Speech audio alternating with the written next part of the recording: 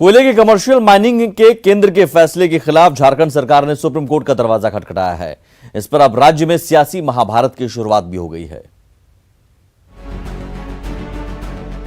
केंद्र सरकार ने आत्मनिर्भर भारत अभियान के तहत गुरुवार को निजी क्षेत्र के 41 कोल माइनिंग की नीलामी की प्रक्रिया की शुरुआत कर दी। सरकार ने कहा कि कोयला निकालने से लेकर इसकी परिवहन तक की व्यवस्था को बेहतर बनाने के लिए आधुनिक इंफ्रास्ट्रक्चर तैयार किया जाएगा, जिससे करीब 3 लाख से अधिक लोगों को रोजगार मिलेगा।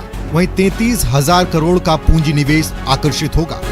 लेकिन झारखंड की हेमंत सरकार इस नीलामी पर रोक लगाने की मांग को लेकर सुप्रीम कोर्ट पहुंच गई है, जिस पर प्रदेश बीजेपी के अध्यक्ष दीपक प्रकाश ने आपत्ति जताते हुए कहा कि वर्तमान प्रदेश सरकार की दूरदर्शिता की कमी है।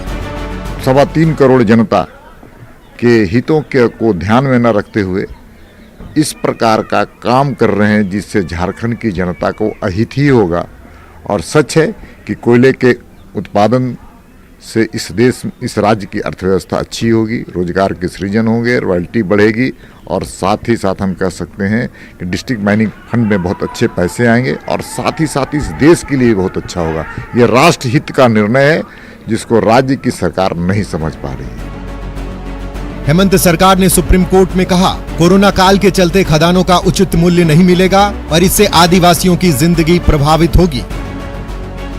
विरोध जारी रहेगा और हम लोगों ने सरकार से अनुरोध भी किया था कि सरकार इस पर फैसला ले और इस निजीकरण के खिलाफ, यानी इस निजीकरण से जो केंद्र सरकार की जो मंशा है, उस मंशा का पर्दाफाश हम लोगों को करना है, ताकि जो रैयत हैं, जो कोयला खदानों से जो प्रभावित हो रहे हैं, जो प्रभावित लोग हैं, जो श्रमिक बंधु हैं, सबों के अधिकारों का हनन होगा। उनके हक अधिकार को छीनने का काम केंद्र सरकार के द्वारा किया जा रहा है।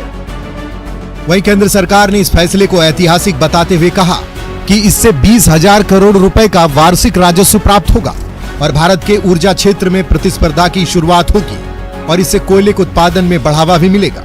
अब देखने वाली बात होगी कि राज्य सरकार और केंद्र सरकार की इस तनातनी से इस समस्या का समाधान कैसे निकल पाता है। Bureau report, news 18। पलामू की हुसैनाबाद थाने में एक विवाहित महिला को करीब 3 महीने तक रखने का मामला सामने आया है।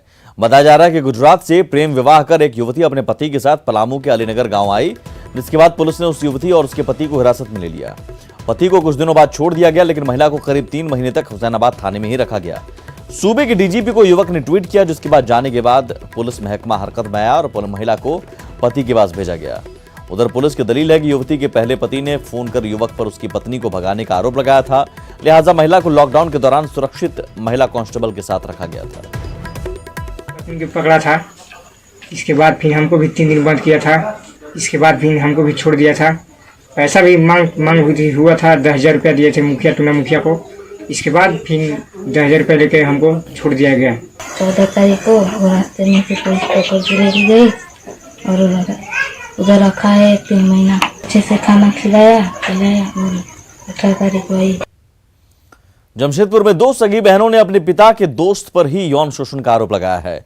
दोनों बच्चियों ने जब अपने परिजनों को पिता के दोस्त की हरकतों के बारे में बताया, तब जाकर ये मामले सामने आ सका।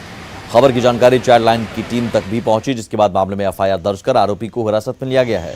वहीं बच्ची का मेडिकल कराने के बाद आगे की कार्रवाई की जा रही है। जामताड़ा साइबर पुलिस ने अलग अलग 3 जगहों पर छापेमारी कर 9 साइबर शातिर अपराधियों को पकड़ा है। इनके पास से 16 कीमती मोबाइल, 1.5 दर्जन फर्जी सिम कार्ड और 1 बाइक बरामद हुआ है।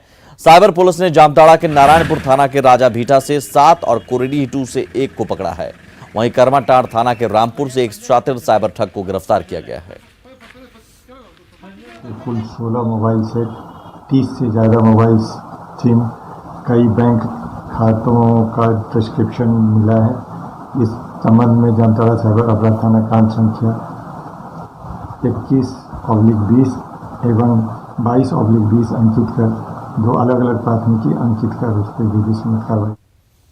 रामगढ़ के कुजू उपी क्षेत्र के ट्रांसपोर्ट नगर में